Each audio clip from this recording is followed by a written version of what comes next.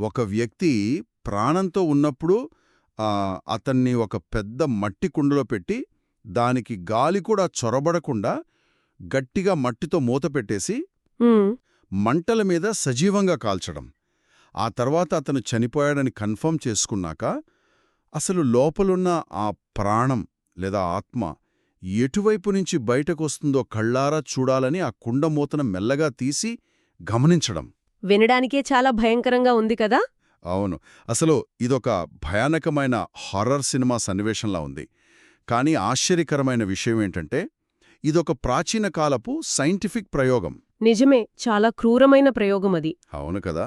పరలోకం, ఆత్మ లాంటివేవీ లేవు అని నిరూపించడానికి ఒక రాజు చేసిన అచ్చమైన భౌతికవాద ప్రయోగమిది.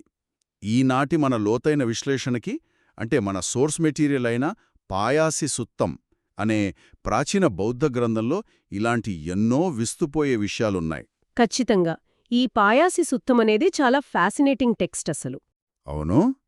కోసల దేశంలోని సేతవ్య నగరంలో నివసించే పాయాసి అనే రాకుమారుడికి కుమారకశ్యపుడు అనే మహాజ్ఞానికి మధ్య జరిగిన ఒక అద్భుతమైన తార్కిక యుద్ధమిది.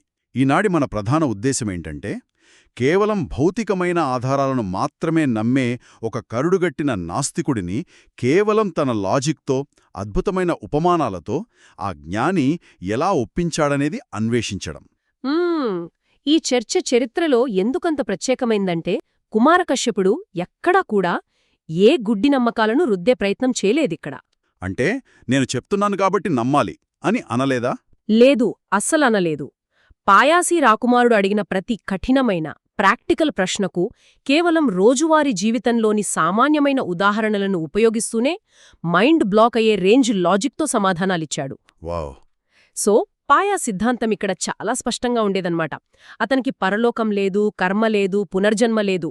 అతనికి కంటికి కనిపించేది, త్రాసులో తూచగలిగేది మాత్రమే సత్యం. పాయాసి వాదన వింటుంటే ఆధునిక కాలంలోని ఎక్స్ట్రీమ్ మెటీరియలిస్ట్ల, అంటే భౌతికవాదుల వాదనలాగే అనిపిస్తోంది నాకు. అవును, ఎగ్జాక్ట్లీ అలాగే ఉంటుంది. అతను కుమారకశ్యపుడి దగ్గరకు వెళ్ళి తన మొదటి ప్రశ్నను చాలా ప్రాక్టికల్గా సంధిస్తాడు. అంటే ఒకవేళ నిజంగానే నరకం లేదా స్వర్గం ఉంటే నా మిత్రులలో ఎంతోమంది దొంగతనాలు, హత్యలు లాంటి ఘోరమైన పాపాలు చేశారు. వారు చనిపోయి నరకానికి వెళ్ళి ఉంటే తిరిగి వచ్చి నన్నెందుకు హెచ్చరించలేదు అని అడుగుతాడు. చాలా లాజికల్ క్వశ్చన్ కదా. కదా. కనీసం ఒక్కసారైనా నా దగ్గరకొచ్చి బాబూ పాయాసి, నరకం నిజంగానే ఉంది, నువ్వు పద్ధతి మార్చుకో అని చెప్పాలి కదా అని పాయాసి అంటాడు. ఇది నిజంగా ఎవరైనా ఆలోచించాల్సిన పాయింటే. నరకం ఉంటే అక్కడికి వెళ్లినవారు తమ ఆత్మీయులకు ఎందుకు ఆ మెసేజ్ పాస్ చేయలేకపోతున్నారు? ఈ లాజిక్ని ఆ జ్ఞాని అసలు ఎలా ఎదుర్కొన్నారు? ఈ ప్రశ్నకు కుమారకశ్యపుడు సూటిగా ఒక దొంగ ఉపమానంతో సమాధానమిస్తాడు. ఆయన పాయాసిని ఇలా అడుగుతాడు. ఒక దొంగను నీ భటులు పట్టుకున్నారు. వాడికి మరణశిక్ష విధించి తల నరకడానికి తీసుకువెళ్తున్నారు. సరిగ్గా తలతీసే సమయానికి ఆ దొంగ, అయ్యా తలారులారా, నేనొక్కసారి మా ఊరికి వెళ్ళి నా మిత్రులకు ఈ విషయం చెప్పి మళ్లీ వచ్చి తల నరికించుకుంటాను, కాస్త ఆగండి అని అడిగితే ఆ తలారులు ఒప్పుకుంటారా? నేను అస్సలు అంగీకరించరు. వాడికి శిక్ష పడింది కాబట్టి వాడికి ఆ స్వేచ్ఛ అస్సలుండరు కదా. వాడి తల వెంటనే తీసేస్తారు. రైట్. సరిగ్గా అదే జరుగుతుంది నరకంలో కూడా అని కుమారకశ్యపుడు వివరిస్తాడనమాట. పాపాలు చేసి నరకానికి వెళ్లినవారు స్వతంత్రులు కారు, వారు బంధీలు. అక్కడి నరకపాలురు వారిని తిరిగి వచ్చి పాయాసికి చెప్పడానికి ఏమాత్రం అనుమతించను అని చెబుతాడు. జైల్లో ఉన్న ఖైదీకి స్వేచ్ఛ లేనట్లే నరకంలో ఉన్నవారికి కూడా తిరిగి వచ్చే అవకాశం ఉండదు అని చాలా లాజికల్గా కౌంటరిస్తాడు. ఓకే, జైలు లాజిక్ అయితే చాలా పర్ఫెక్ట్గా సరిపోయింది. బందీలుగా ఉన్న పాపులను నరకం నుంచి రానివ్వరు అనేది నేను కూడా అంగీకరిస్తాను. కాని నాకు సందేహం ఉందిక్కడ. చెప్పండి. ఒకవేళ పాయాసి మిత్రులలో పుణ్యకార్యాలు చేసిన వారు కూడా ఉండి ఉంటారు కదా. వారు స్వర్గానికి వెళితే స్వర్గంలో వారు బందీలు కాదు కదా, వారు పూర్తిగా స్వేచ్ఛగా ఉన్నట్లే లెక్క.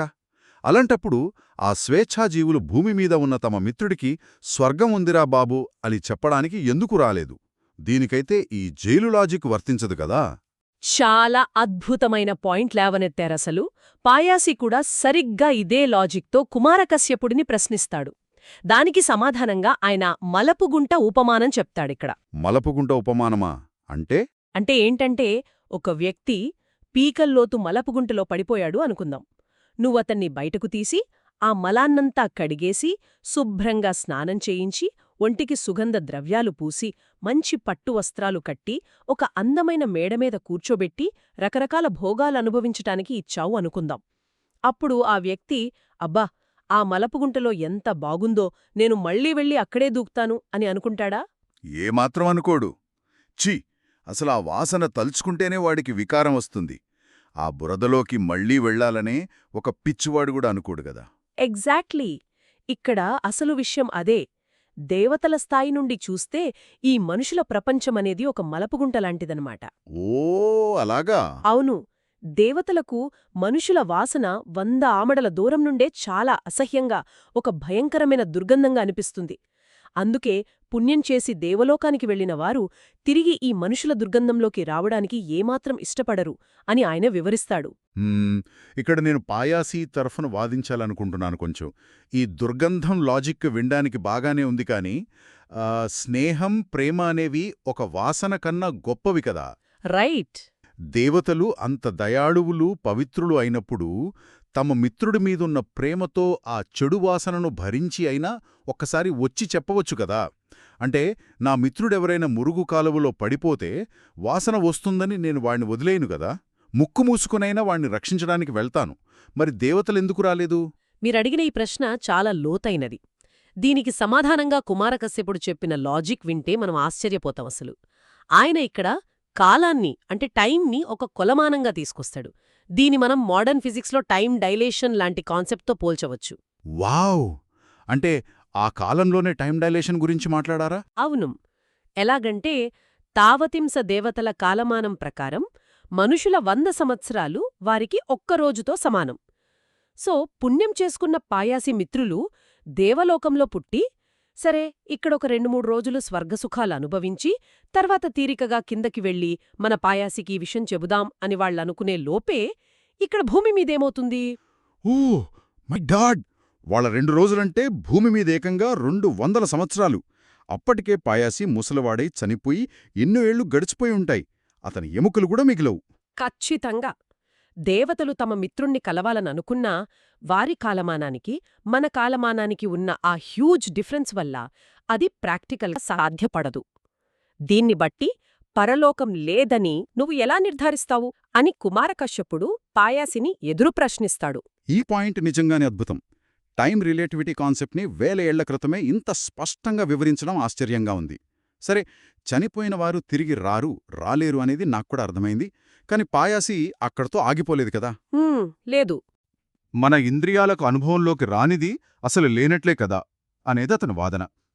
ఇది పక్కా సైంటిఫిక్ అప్రోచ్ లాగే ఉంది. దీనికి కుమారకశ్యపుడు ఎలా కౌంటర్ ఇచ్చారు?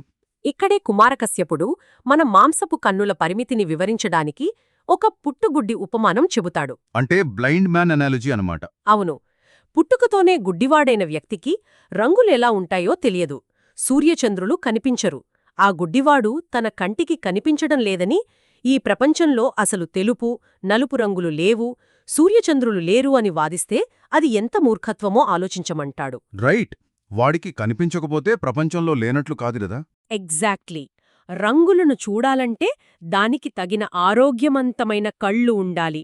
అలాగే పరలోకాలను చూడాలంటే ఈ భౌతికమైన మాంసపు కన్నులు సరిపోవు. అరణ్యాల్లో ప్రశాంతంగా ఏకాంతంగా తపస్సు చేసుకునే శ్రముడులు తమ సాధన ద్వారా సాధించిన దివ్యనేత్రంతో మాత్రమే వాటిని చూడగలరు అని వివరిస్తాడు. అంటే మన దగ్గర సరైన పరికరం, ఇన్స్ట్రుమెంట్ లేనంత మాత్రాన ఒక వస్తువు లేదా విషయం ఉనికిలోనే లేదని చెప్పడం పూర్తిగా అవైజ్ఞానికమనమాట. మన కంటికి బ్యాక్టీరియా కనిపించదు, అంతమాత్రాన అవి లేవని కాదు. మైక్రోస్కోప్ అనే పరికరం ద్వారా చూస్తే ఖచ్చితంగా కనిపిస్తాయి. కరెక్ట్గా చెప్పారు. అలాగే సాధన అనే పరికరం ద్వారా ఆ లోకాలు కనిపిస్తాయని ఆయన చెప్పుతున్నారు. కాని పాయాసీకి మరో విచిత్రమైన, కాస్త రెచ్చగొట్టే సందేహం వస్తోందిక్కడ. అయ్యా జ్ఞానీ, మీరు ఎంతో పుణ్యం చేస్తున్నారు. మీరు చనిపోతే ఖచ్చితంగా స్వర్గానికి వెళ్తారు. పుణ్యం చేస్తే స్వర్గం వస్తుందని మీకింత ఖచ్చితంగా తెలిసినప్పుడు ఈ శ్రమణులందరూ వెంటనే విషం తాగి లేదా ఆత్మహత్య చేసుకుని ఎందుకు స్వర్గానికి వెళ్ళిపోకూడదు? ఎందుకు ఈ భూమి మీదలా కష్టాలు పడుతున్నారు అని అడుగుతాడు. ఇదొక క్లాసిక్ ప్రశ్న కదా. దీనికి సమాధానంగా కుమారకశ్యపుడు గర్భిణీ స్త్రీ ఉపమానం చెబుతాడిక్కడ. ఈ ఉదాహరణ తొందరపాటు చర్యల పర్యవసానాలను చాలా అద్భుతంగా వివరిస్తుంది. అంటే ఆ అనాలజీ ఏంటో కాస్త వివరిస్తారా? తప్పకుండా. ఒక బ్రాహ్మణుడికి 2 భార్యలుంటారు. మొదటి భార్యకు ఒక కొడుకున్నాడు. రెండో భార్య గర్భవతిగా ఉన్నప్పుడు ఆ బ్రాహ్మణుడు అకస్మాత్తుగా చనిపోతాడు. అప్పుడు ఆ మొదటి భార్య కొడుకు, నాన్నగారు చనిపోయారు గాబట్టి ఈ ఆస్తంతా నాదే అని ఆ రెండవ భార్యతో గొడవ చేయడం మొదలుపెడుకాడు. అప్పుడు ఆ రెండో భార్య ఏం చేస్తుంది? ఆమె అంటుంది, నా కడుపులో ఉన్నది కొడుకో కూతురో తెలిసే వరకు కాస్త ఆగు బాబూ. కొడుకు పుడితే ఈ ఆస్తిలో వాడికి కూడా సగం వాటా ఉంటుంది అని చెబుతుంది. న్యాయమైన మాటే కదా. అవును, కాని ఆ కొడుకు వినకుండా ఆస్తిని పంచుకోవాలని ఆమెను బాగా తొందరపెడతాడు. అప్పుడు ఆ గర్భిణీ స్త్రీ తన కడుపులో ఉన్నది కొడుకో కూతురో వెంటనే తెలుసుకోవాలని ఏమాత్రం విచక్షణ లేకుండా ఒక కత్తి తీసుకుని తన పొట్టను తానే చీల్చుకుంటుంది. ఓ దేవుడా, అది చాలా దారుణం. పొట్టని చీల్చుకుంటే వెంటనే బిడ్డ ఎలా పుడుతుంది? దానివల్ల ఆమె చనిపోతుంది, కడుపులో ఉన్న ఆ పసికందు కూడా చనిపోతుంది, ఆ ఆస్తి కూడా రాదు కదా. సరిగ్గా అదే పాయింట్. ఆస్తి కోసం తొందరపడి ఒక అపరిపక్వమైన గర్భిణీ స్త్రీ ఎలాగైతే తనను తన బిడ్డను నాశనం చేసుకుందో, శీలవంతులైన శ్రమణులు అలా అపరిపక్వంగా వ్యవహరించరు అని చెప్తాడు. ఆహా. పుణ్యం వస్తుందని, స్వర్గం దక్కుతుందని తొందరపడి ఆత్మహత్య చేసుకోరు. కాయం పక్వానికొచ్చేదాకా, అంటే సహజ మరణం వచ్చేదాకా వేచి ఉండటమే జ్ఞానుల లక్షణం. అంతేకాదు, ఆ పవిత్రమైన శ్రమణులు ఎంతకాలం జీవించి ఉంటే అంతకాలం ఈ సమాజానికి, ప్రజలందరికీ ఎంతో మేలు, పుణ్యం జరుగుతాయి కదా. అవును, నిజమే. వారు సమాజానికి మార్గదర్శకులుగా ఉంటారు కాబట్టి వారు తమ జీవితాన్ని ఎప్పుడూ అర్ధాంతరంగా ముగించరు అని వివరిస్తాడు. ఈ సమాధానం విన్నాక కుమారకశ్యపుడి తాత్విక లోతు మనకు క్లియర్గా అర్థమవుతోంది. కాని ఇక్కడే ఒక అసలైన మలుపుంది. పాయాసి కేవలం ప్రశ్నడిగే తత్వవేత్త మాత్రమే కాదు కదా, అతను తన చేతులతో ప్రయోగాలు చేసి చూసిన వ్యక్తి. అతను ప్రాణాన్ని లేదా ఆత్మను ఫిజికల్గా కొలవడానికి చేసిన ప్రయోగాలు వింటేనే ఆశ్చర్యం వేస్తోంది. ఇందాక మనం ఎపిసోడ్ మొదట్లో మాట్లాడుకున్న కుండలో పెట్టి కాల్చే ప్రయోగం అలాంటిదే. అవును. దీని గురించి ఆలోచిస్తుంటే నాకు 1907లో అమెరికాలో జరిగిన ఒక ప్రసిద్ధ ప్రయోగం గుర్తొస్తోంది. డాక్టర్ డంకన్ మెక్డాగల్ అనే ఆయన చనిపోతున్న రోగులను ఒక ప్రత్యేకమైన త్రాసు మీద పడుకోబెట్టి వారు చనిపోయే క్షణంలో వారి బరువు ఏమైనా తగ్గుతుందేమో అని కొలిచాడు. అవును కదా, ఆత్మ బరువు కనుక్కోవడానికి. ఎగ్జాక్ట్లీ. ప్రాణం పోగానే బరువు తగ్గితే ఆత్మకు బరువు ఉన్నట్లే కదా అని ఆయన ఆలోచన. అతను ఒక 21 గ్రాముల బరువు తగ్గింది అని ప్రకటించాడు. దాన్నే మనం 21 గ్రాముల ఎక్స్పెరిమెంట్ అంటాం. పాయాసి కూడా సరిగ్గా 1000 సంవత్సరాల క్రితం ఇలాంటి ప్రయోగమే చేశాడు కదా. బతికున్నప్పుడు మనిషి బరువు తూచి, చంపాక మళ్లీ బరువు తూచాడు. అవును, పాయాసి ప్రయోగం ఇంకా విచిత్రంగా ఉంటుంది తెలుసా. అతను నేరస్తులను సజీవంగా త్రాసులో తూచాడు. ఆ తర్వాత వారిని ఉరితీసి లేదా శ్వాస ఆడకుండా చేసి చంపాడు. చనిపోయాక మళ్లీ తూచాడు. ఆశ్చర్యకరంగా చనిపోయిన శరీరమే ఇంకా బరువుగా అనిపించింది. హో, తగ్గాల్సింది పోయి పెరిగిందా? అవును. అప్పుడు పాయాసి అంటాడు, చూశావా, ప్రాణమనేదే ఉండి ఉంటే అది శరీరం నుంచి వెళ్ళిపోయాక శరీరం బరువు తగ్గాలి కదా, కాని చనిపోయాక శరీరం బరువు పెరుగుతోంది తప్ప తగ్గడం లేదు. దీన్ని బట్టి ప్రాణానికి బరువే లేదు. సో ప్రాణమనేది ఒక వస్తువే కాదు అని వాదిస్తాడు. అంతేకాదు, ఆ ప్రాణమెక్కడుందో చూడాలని మనుషులను ముక్కలు ముక్కలుగా కోసి లోపలంతా వెతుకుతాడు. బాబోయ్! మరి ఈ భౌతిక ప్రయోగాలకు కుమారకశ్యపుడిచ్చిన కౌంటర్ ఏమిటి అసలు? ప్రాణాన్ని మనం ప్రయోగశాలలో ఒక వస్తువులా కొలవగలమా? పాయాసి చేసిన ప్రయోగాల వెనుక ఉన్న బేసిక్ తప్పును కుమారకశ్యపుడు 2 అద్భుతమైన ఉదాహరణలతో ఎత్తిచూపుతాడు. మొదటిది కాలిన ఇనుపగుండు ఉపమానం. ఆయన పాయాసిని అడుగుతాడు, రోజంతా మంటల్లో కాలిన ఒక ఇనుపగుండును తీసుకుందాం. అది అగ్నితో, గాలితో కలిసి ఉన్నప్పుడు చాలా తేలికగా, మెత్తగా, కమ్మరి ఏ ఆకారం కావాలంటే ఆ ఆకారంలోకి మార్చడానికి అనువుగా ఉంటుంది కదా. అవును, ఇనుము వేడిగా ఉన్నప్పుడు దాన్ని సాగదీయవచ్చు, వంచవచ్చు, దానికొక రకమైన డైనమిజం ఉంటుంది కదా. సరిగ్గా అలాగే అదే ఇనుపుగుండు మంటల నుంచి తీసేసి పూర్తిగా చల్లారిపోయిన తర్వాత ఎలా ఉంటుంది? అది చాలా బరువుగా, కఠినంగా, దేనికీ అనువుగా కాకుండా మారుతుంది. ఇక్కడ కుమారకశ్యపుడు చెప్పే లాజిక్ ఏమిటంటే, ఆ ఇనుపగుండు వేడిగా ఉన్నప్పుడు ఎలాగైతే తేలికగా పనిచేస్తుందో, శరీరంలో ఆయువు అంటే ప్రాణం, ఉష్ణం అంటే వేడి, మరియు విజ్ఞానమున్నంతవరకు అది తేలికగా, చురుకుగా పనిచేస్తుంది. వావ్! అంటే ఒక ఎనర్జీలాగా అనమాట. ఎగ్జాక్ట్లీ. మనిషి చనిపోయాక ప్రాణం లేని శరీరం చల్లబడిపోయి ఆ కఠినమైన ఇనుపగుండులాగా బరువుగా జడంగా మారుతుంది. ప్రాణమనేది బరువును పెంచే లేదా తగ్గించే వస్తువు కాదు, అదొక స్థితి, అంటే ఒక కండిషన్ అని వివరిస్తాడు. అమేజింగ్ అసలు. ఇదెంత గొప్ప అబ్జర్వేషన్. ప్రాణమనేది యాపిల్ పండు లాంటి భౌతిక వస్తువు కాదు, అది వేడి లేదా శక్తి లాంటిదని ఎంత అద్భుతంగా చెప్పాడు గదా. మరి ఆ ముక్కలు ముక్కలుగా కోసి చూసిన ప్రయోగానికి ఆయన ఏ ఉదాహరణ చెప్పాడు? దానికి ఆయన శంఖం ఊదేవాడి ఉపమానం చెబుతాడు. ఇది కూడా అంతే లాజికల్గా ఉంటుంది. ఒక ఊరికి శంఖం ఊదేవాడు వచ్చి అద్భుతమైన నాదం వచ్చేలా తన శంఖాన్ని గట్టిగా ఊదుతాడు. ఆ మధురమైన శబ్దం విన్న గ్రామస్థులు ఆశ్చర్యపోయి, ఈ శబ్దం అసలీ శంఖంలో ఎక్కడ్నుండొస్తోంది అని ఆ శంఖాన్ని బోర్లించి చూస్తారు. దాన్ని చేతులతో కొడతారు, కర్రలతో కొడతారు, అటూ ఇటూ ఊపి ఆ శబ్దం కింద పడుతోందేమోనని చూస్తారు. అంటే శబ్దం లోపలెక్కడో దాక్కునుందేమో అని. అవును, శబ్దం ఎక్కడ దాక్కుందోనని దాన్ని ముక్కలు చేయడానికి ప్రయత్నిస్తారు. కాని అలా చేస్తే శబ్దం బయటకొస్తుందా చెప్పండి? అస్సలు రాదు. శంఖం లోపల శబ్దం ఒక వస్తువులా దాక్కునుండదు గదా. ఒక మనిషి దాన్ని చేతితో పట్టుకుని తన ఊపిరితిత్తుల నుంచి గాలి ఊది సరైన ప్రయత్నం చేసినప్పుడే అందులోంచి శబ్దం జనరేట్ అవుతుంది గదా. ఖచ్చితంగా. కుమారకశ్యపుడు అదే వివరిస్తాడు. ఇక్కడ శంఖమంటే భౌతికమైన శరీరం. శరీరంలో ఆయువు, ఉష్ణం, విజ్ఞానం అనేవి సరైన పద్ధతిలో పనిచేస్తున్నప్పుడే మనిషికి వినటం, చూడటం, మాట్లాడటం లాంటివి సాధ్యమవుతాయి. ఒక మనిషిని ముక్కలు చేసినంత మాత్రాన భౌతికంగా ప్రాణం ఎక్కడుందో కనిపించదు. చాలా డీప్ పాయింట్ ఇది. మోడర్న్ సైన్స్ పరిభాషలో చెప్పాలంటే కాన్షియస్నెస్ అనేది బ్రెయిన్ మరియు బాడీకి సంబంధించిన ఒక ఎమర్జెంట్ ప్రాపర్టీ. అది పార్ట్స్ని విడదీసి చూస్తే కనిపించేది అస్సలు కాదు. ప్రాణం గురించి ఇంతకన్నా అద్భుతమైన సైంటిఫిక్ వివరణ ఇంకొకటుండదసలు. ఒక జ్ఞాని నాస్తికుడి భాషలోనే వాడి లాజిక్తోనే వాడికి అర్థమయ్యేలా చెప్పాడు. కాని ఇక్కడ మనందరికీ వచ్చే అసలు ప్రశ్నేమిటంటే, ఇన్ని ఆధారాలు చూపాక, ఇన్ని అద్భుతమైన ఉదాహరణలు విన్నాక కూడా పాయాసి ఒప్పుకోడు కదా. ఒప్పుకోడు. ఎందుకు? అతనికి అర్థం కాక కాదు, తనకు అన్నీ స్పష్టంగా అర్థమయ్యాక కూడా కేవలం తన అహంకారం అంటే ఈగో అడ్డమొస్తుంది. తానొక రాజును, ఇన్నాళ్లు ఎంతో గొప్పగా ఒక సిద్ధాంతాన్ని నమ్మాను, ఇప్పుడు ఒక్క వాదనతో దాన్ని మార్చుకుంటే తన తోటిరాజులు, జనం తనను బుద్ధిహీనుడివి అని ఎగతాళి చేస్తారనే భయం అతనికి. అందుకే తన పంతంతో ఆ చెడు దృష్టిని వదలను అంటాడు. అవును, ఈగో ప్రాబ్లం.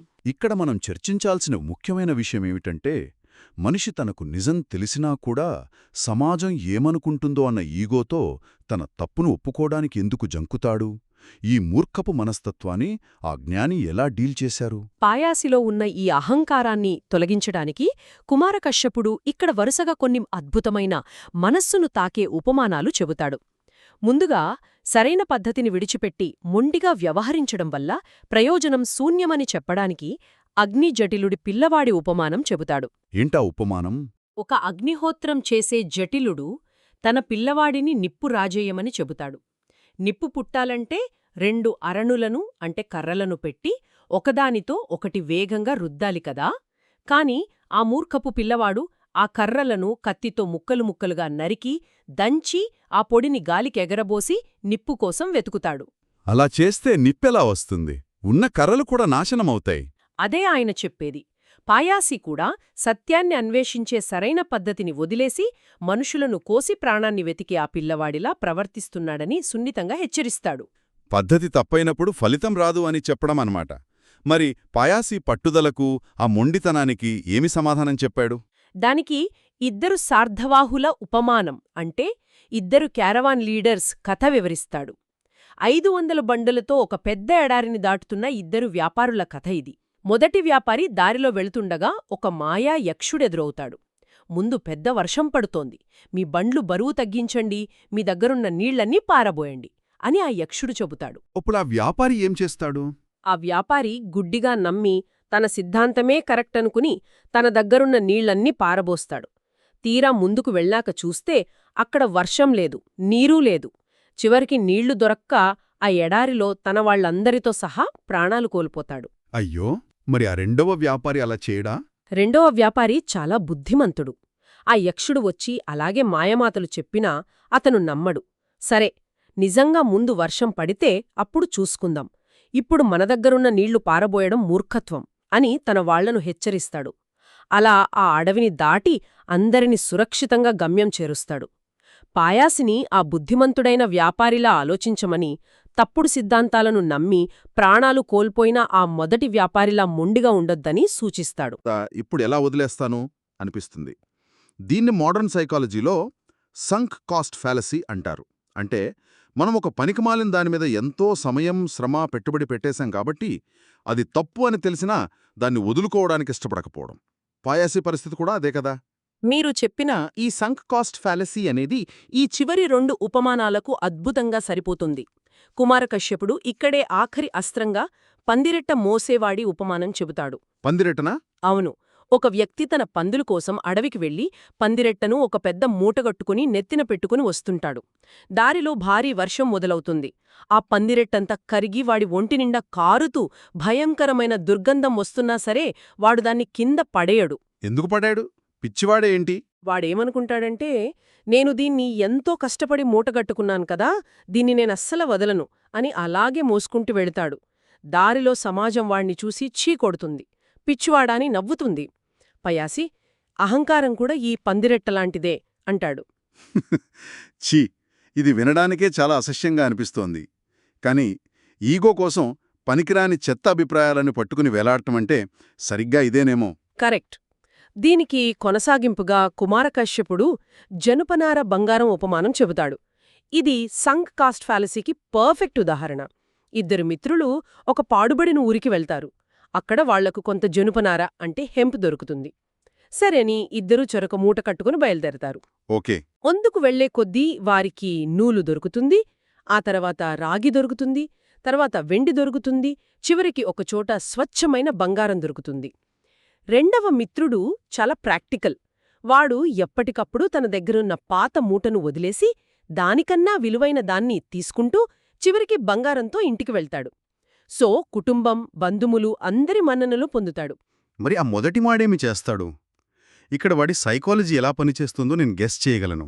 ఆ మొదటివాడు ఎంత మూర్ఖుడంటే, నేను ఈ జనుపనారను అప్పటికే చాలా గట్టిగా కట్టేసుకున్నాను కదా, చాలా దూరం మోసుకువచ్చాను, నా శ్రమంతా దీంట్లో ఉంది, నా ఫ్రెండ్స్ చూస్తే నేను నిర్ణయం మార్చుకున్నాను అని నవ్వుతారు, ఇప్పుడు దీన్ని నేను వదల్లేను అని ఆ బంగారాన్ని వదిలేసి ఆ జనుపనారను మాత్రమే మోసుకుని ఇంటికి వెళ్తాడు. వాడికి ఏ లాభమూ ఉండదు కదా అలా చేస్తే. అస్సలు ఉండదు. కుమారకశ్యపుడు పాయాసితో ఇలా అంటాడు, పాయాసి, నువ్వు కూడా ఆ జనుపనార మోసేవాడిలాగే ఉన్నావు. నీ పాట పనికిరాని సిద్ధాంతాలను గట్టిగా కట్టేసుకున్నాను అని వదల్లేకపోతున్నావు. ఆ అహంకారాన్ని పక్కన పెట్టి సత్యాన్ని అంటే ఆ బంగారాన్ని స్వీకరించు అని ఎంతో ప్రేమగా హితబోధ చేస్తాడు. ఆహా, ఇక్కడితో పాయాసిలోని ఆ ఈగో బద్దలైపోయి ఉండాలి కదా. ఇన్ని అద్భుతమైన ఉదాహరణల దెబ్బకథనికి తన మూర్ఖత్వం ఖచ్చితంగా అర్థం కావాలి. అవును. ముగింపులో పాయాసి ఒక అద్భుతమైన నిజం చెప్తాడు. ఈ చర్చ అంతా ఒక నాటకం లాంటిదని అతనే స్వయంగా ఒప్పుకుంటాడు. కుమారకశ్యపుడు మొదట చెప్పిన దొంగ ఉపమానంతోనే పాయాసికి అసలు నిజం అర్థమైపోయింది అంటాడు. వావ్, మొదటి అనాల్సీతోనే అర్థమైపోయిందా? అవును. తన వాదనలన్నీ తప్పని ముందే తెలిసిపోయింది. కాని కుమారకశ్యపుడి అద్భుతమైన జ్ఞానాన్ని, ఆయన చెప్పే ఆ విచిత్రమైన లాజికల్ ఉదాహరణలను వినాలనే కోరికతోనే తానంతసేపు పంతం పట్టినట్లు నటించానని, వాదించానని పాయాసి ఒప్పుకుంటాడు. సో ఫైనల్గా తప్పొప్పుకున్నాడనమాట. అవును. చివరకు ఆ రాకుమారుడు తన అహంకారాన్ని వదిలి కుమారకశ్యపుడిని ప్రశంసించి బౌద్ధ ధర్మాన్ని శరణుకోరుతాడు. వావ్, నిజంగా ఇదొక అద్భుతమైన ఇంటలెక్చువల్ ప్రయాణం అని చెప్పాలి. వాదనను గెలవడం అంటే గట్టిగా అరిచి అవతలి వ్యక్తిని ఓడించడం కాదు, వారి లాజిక్తోనే వారిని ఆలోచింపజేసి సత్యం వైపు నడిపించడం అని ఈ సంవాదం మనకు నిరూపిస్తోంది. ఇదంతా మనకు ఏం చెబుతోంది?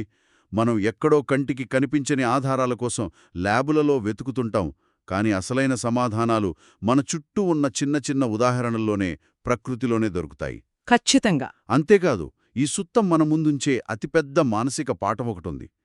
మన జీవితాల్లో మనం కూడా కొన్నిసార్లు ఆ పందిరెట్ట లేదా జనుపగార లాంటి పాత అభిప్రాయాలను, సమాజం ఏమనుకుంటుందో అన్న ఈగోతో వర్షంలో తడిసిపోతున్నా సరే ఇంకా మోస్తూనే ఉంటాం. దానివల్ల మన దారిలో ఎదురవుతున్న బంగారం లాంటి కొత్త సత్యాలను మనం చూడలేకపోతుంటాం. అవును. మనమందరం ఆలోచించాల్సిన పాయింట్ ఇది. ఈ అహంకారాన్ని వదిలిపెట్టి కొత్త సత్యాలను స్వీకరించగలగడమనేది ఈనాటికి మానవాళికి ఎదురయ్యే అతిపెద్ద తాత్విక సవాలు. మూర్ఖత్వాన్ని వదిలి బంగారాన్ని చేజెక్కించుకోవడమనేది నిజమైన జ్ఞాని లక్షణం కదా? ఈ ప్రశ్నను మనమందరం ఒకసారి వేసుకుందాం. మనం దేన్ని మోస్తున్నాం? జనుపనారనా లేక బంగారాన్నా? ఆలోచించండి. ఇలాంటి మరో అద్భుతమైన అంశంతో మళ్ళీ కలుద్దాం.